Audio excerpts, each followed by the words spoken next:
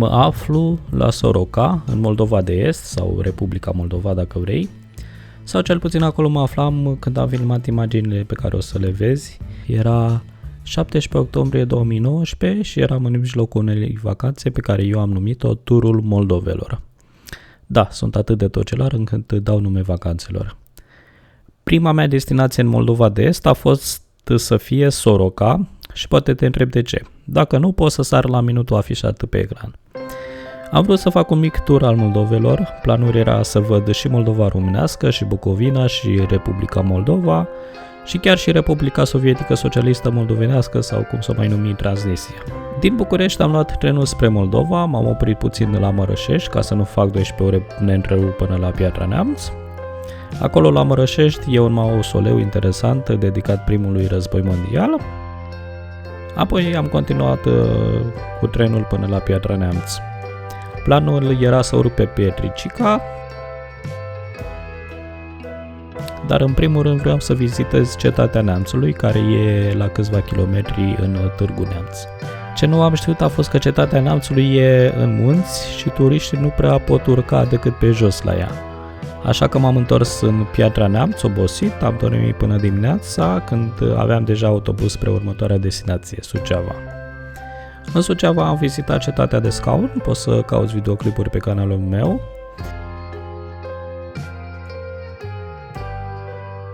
Apoi am mers spre Iași, pentru că de acolo e mai ușor să ajungi la Chișinău.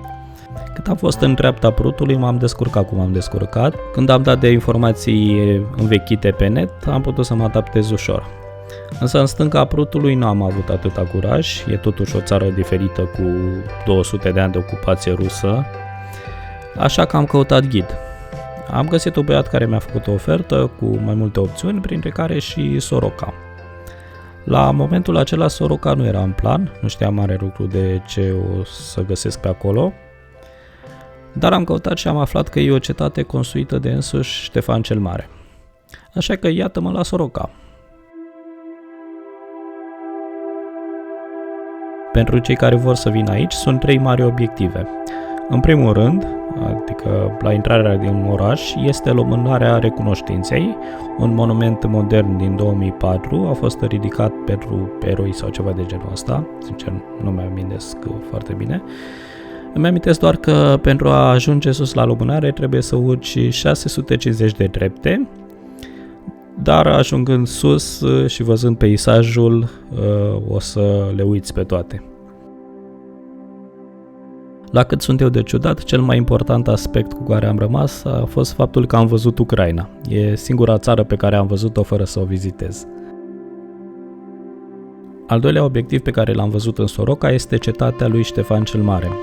Forma actuală datează de pe vremea fiului său, Petru Rareș, și se pare că a rămas aproape neschimbată de-a lungul secolelor.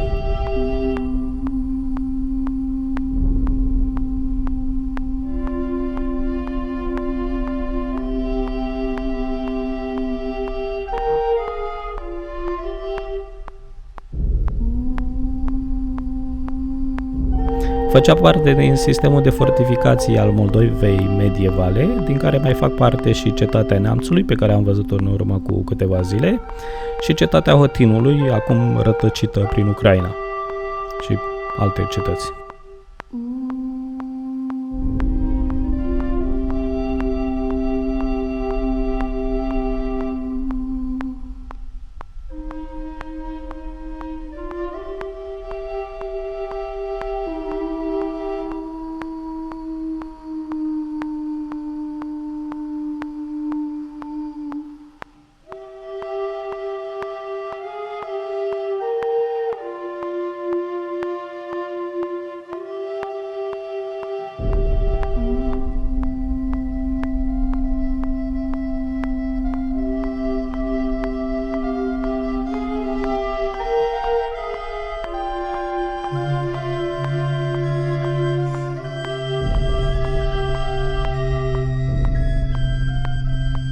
Cetățile Soroca, Hotin și Cetatea de Scaun de la Suceava, care au fost construite în aceeași țară, dar cumva fac parte din țări diferite, au fost acum restaurate în același timp între 2013 și 2015 prin același proiect european.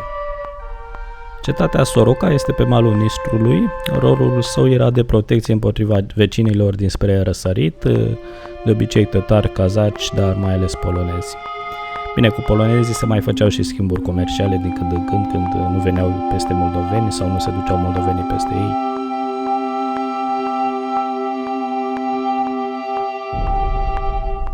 Și se mai vede ceva, dealul țiganilor, al treilea obiectiv important din oraș.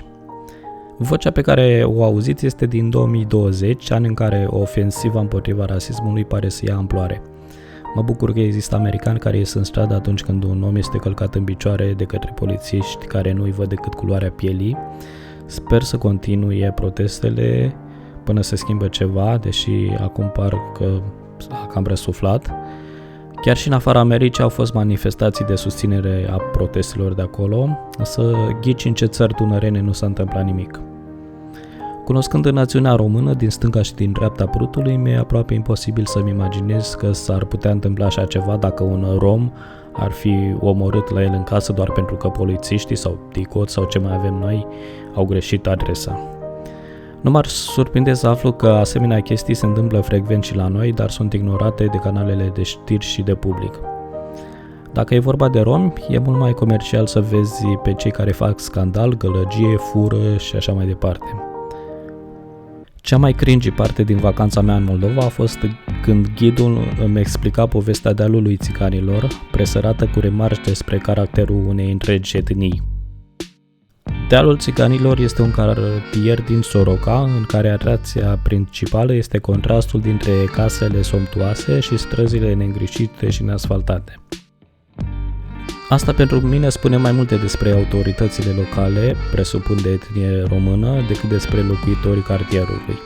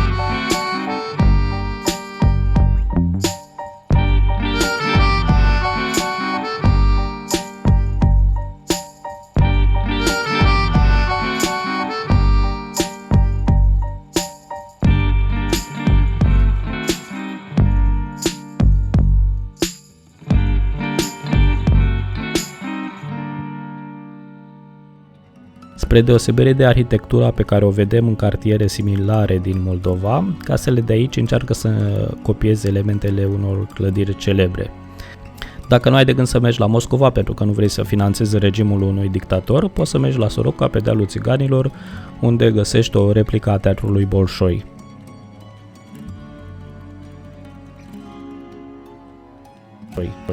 Ne oprim câteva secunde la casa lui Artur Cerari, baronul romilor din Moldova de Est. Ghidul îmi povestea că mașina neagră a fost folosită de președintele URSS Leonid Brejnev. Însă din cercetarea mea se pare că baronul pretinde doar că a fost folosită de Yuri Andropov, succesorul lui Brejnev.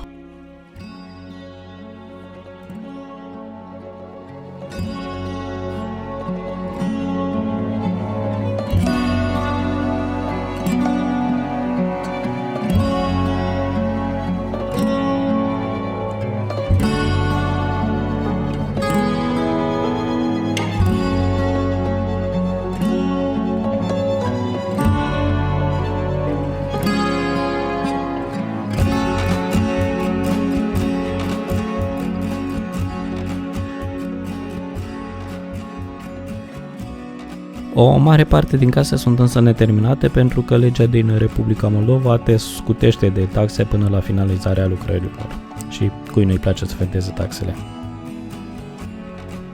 Cam atât de la Soroca. Dacă ți-a plăcut măcar puțin, dă-mi un like, pe tine nu te costă nimic, dar mie îmi face ziua mai frumoasă. Poți să dai și dislike dacă vrei neapărat să mă întristezi, dar înainte să faci asta, spune-mi, te rog, într-un comentariu cu ce am greșit, dacă e ceva ce pot repara. Dacă nu ai altceva mai bun de făcut, poți să te și abonezi, să dai în talangă pentru a primi notificare atunci când apare următorul video. Ziua următoare am fost la Cricova, a doua cea mai mare vinărie din lume, și la Orhiu Vechi, unde am descoperit unele din cele mai frumoase peisaje din Moldova. Poate o să scot videoclip și de acolo. Mulțumesc, pa, pa!